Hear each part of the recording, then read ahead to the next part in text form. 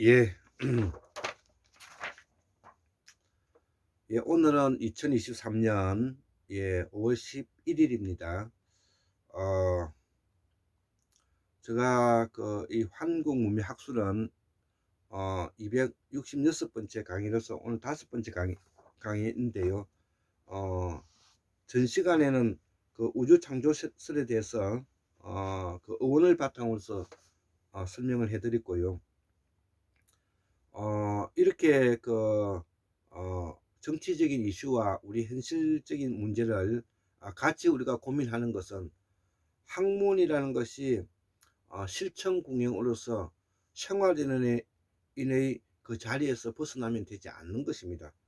사람들은 물론 산중에서 틀어박혀 가지고 우리가 연구해야 될 부분이 있죠. 연구해야 될 부분, 그런 분들은 또 그것이 또 생활인이죠. 그러나 저같이 학문 판매상으로서 학문의 징검다리를 놓아주고 학문의 어, 어, 판매상으로서 우리 국민들에게 널리 알리기 위해서는 그 학문의 그 바다에 우리가 어떠한 징검다리를 놓아서 보다 더 효율적으로 갈 수 있게끔 하는 것이 그것이 바로 학문 판매상 아닙니까? 그래서 저는 학문 판매상이라는 것을 주저하지 않는데요. 뭐 일부 어떤 사람들은 제가 학문 판매상으로 나선다고 하니까 권위주의 아니면 옛날에 그런 고잡적인데 벗어나지 못해 가지고 아직도 조선 선비와 같은 모습을 뭐냐면은 상상하고 있는데, 그러면은 학문이 죽습니다.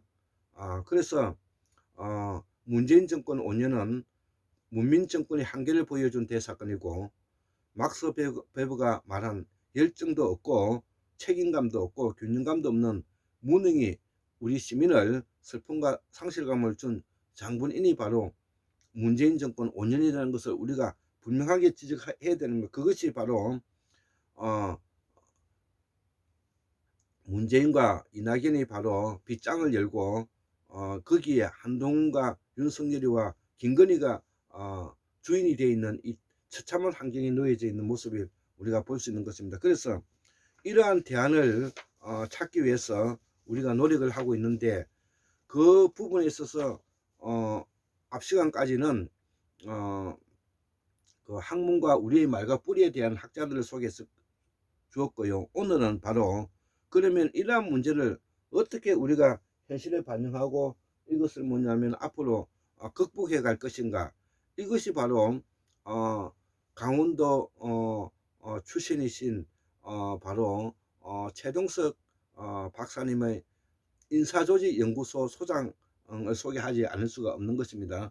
제가 그래서 이분의 철학과 사상과 이분의 책을 통해서 우리가 앞으로 한국 사회가 어떻게 나가야 될 방향을 제시해 주셨기 때문에 저로서는 바로 정한 모시고 있는 바로 그런 성현의 반열에 이분을 소개시키지 않을 수가 없고, 저는 그런 마음으로 받들면서 살아갑니다. 자, 그래서 그분의 책을 제가 여기에 있는 내용으로 제가 이렇게 알려드리면, 이분이 제일 먼저 쓰셨던 책이 똑똑한 자의 멍청한 짓이다. 요 책이 있고요. 다시 쓰는 경영학이라는 요 책이 있죠. 다시 쓰는 경영학이라는 요 책이 있고요. 그 다음에 작년에 쓰신 2022년도에 썼던 불후의 명작 성취 예측 모형, 불후의 명작 성취 예측 모형, 예, 이거에 대한 우리 최동수 박사님의 엄청난 자부심을 가지고 있다는 것을 제가 알았고요. 더불어서 저는 다 읽어봤습니다. 그리고 이런 책도 귀한 책인데 저는 일단 샀습니다. 자, 그래서 이분이 또 소개시켜 줬던 바로 피터 드러그의 경영의 실제라는 바로 경영의 바이블이랍니다. 이 책을 우리가 알아야 되겠고, 그 다음에 진보와 빈곤, 예, 이런 책도 제가 가지고 있는데요. 존 롤즈의 사회 정의론, 요 책도 뭐냐면은 이와 함께 같이 읽어야 될 우리가 철학서인 것입니다. 자, 그러면 이러한 성취의 정모형의 바탕을 두고 있는 인사조직의 기초에서 인간을 어떻게 뭐냐면 뽑고 어떻게 뭐냐면은 조직을 꾸리고 어떻게 국가를 건설하고 어떤 인재를 뽑아서 쓸 것인가, 이런 것들을 뭐냐면은 우리가 알아야 되겠죠. 문재인이가 인품이 나쁩니까? 얼굴이 못생겼습니까? 그리고 뭐냐면은 도덕적으로 뭐냐면은 비난할 수가 있습니까?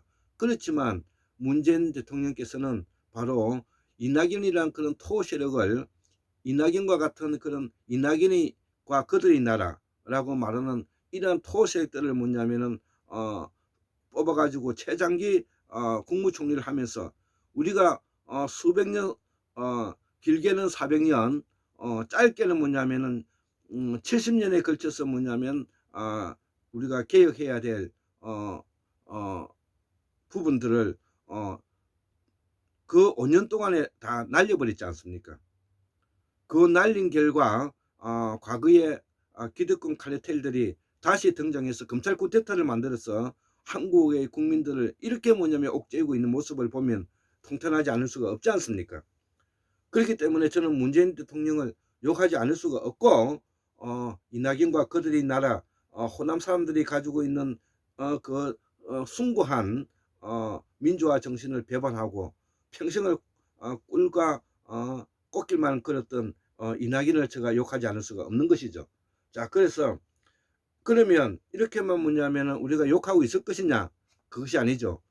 우리가 바로 최동석 박사님이 성취 예측 모형에 기초를 해서 인간을 어떻게 뭐냐면 뽑고 그동안에 우리가 그 인간을 뽑을 때는 뭐냐면은 서열화하고 그 다음에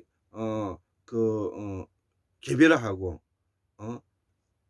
그 다음에 차별화하고 이렇게 해왔던 우리가 그 사회 시스템에서 바로 우리가 앞으로 또 신흥 습관에 기초해서 조선시대 때 신흥 습관에 기초해서 인간을 뽑았던 그런 뭐냐면 룰을 극복하고 과학적이고 체계적으로 뭐냐면은 인사 조직을 우리가 꾸려서 유능한 뭐냐면은 우리가 그 인재를 뽑아서 앞으로 한국의 미래를 만들어 가야 될 책무가 있다는 것이죠.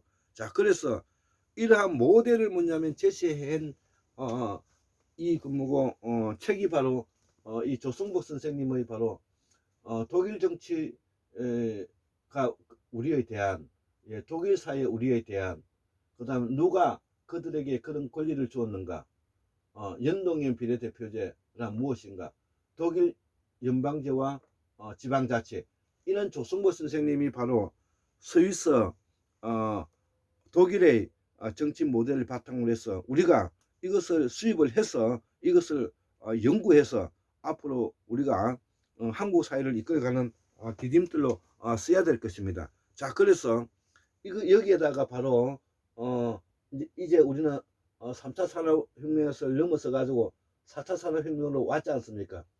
이 4차 산업혁명에서 다시 이 블록체인 사상과 혁명으로 오고 있는데, 여기에 뭐냐면은 우리가 가야 할 길을 뭐냐면 전혀 제시하지 못하고 있는 현실에 뭐냐면 이 한국 사회가 우리가 이 문제를 극복해야 되지 않겠습니까? 그래서 환구문명학술원에서도 우리 연구원이라도 이러한 학문의 바다에 징검다리와 디딤돌을 놔서 여기에 대해서 학문 판매상으로서 국민에게 소개시키고 이것을 뭐냐면은 홍보해서 우리가 앞으로 환국사를 복원하고 태고사를 재발견해서 자연과학 세상을 공부하여 한국의 민주화를 견인해서 세계 민주화에 다시 우리가 수출하자. 자, 그러면 세계 민주화의 민주화를 수출하는 방식은 무엇이냐? 바로 독일 스위스의 연방제 지방자치와 더불어서 내각제 개헌을 통해서 지방을 분권하고 자율하고 그 다음에 네트워크화해서 열정과 책임과 균형감 있는 사회를 만들어서 우리가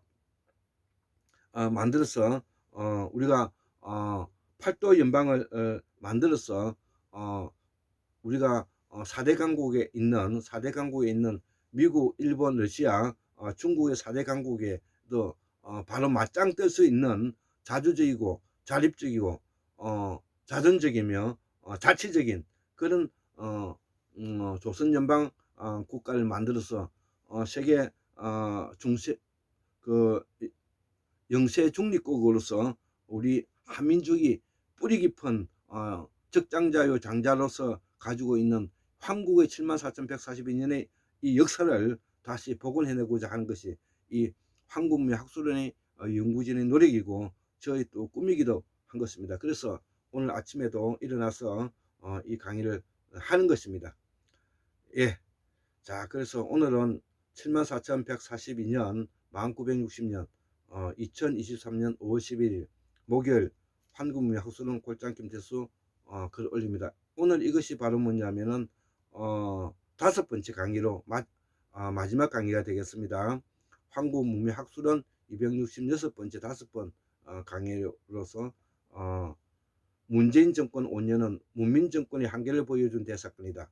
막스 어펠부가 말한 열정과 책임 균형감이 없는 무능이 시민의 슬픔과 상실감을 준 장본인이라는 이름으로 강의를 한 것입니다.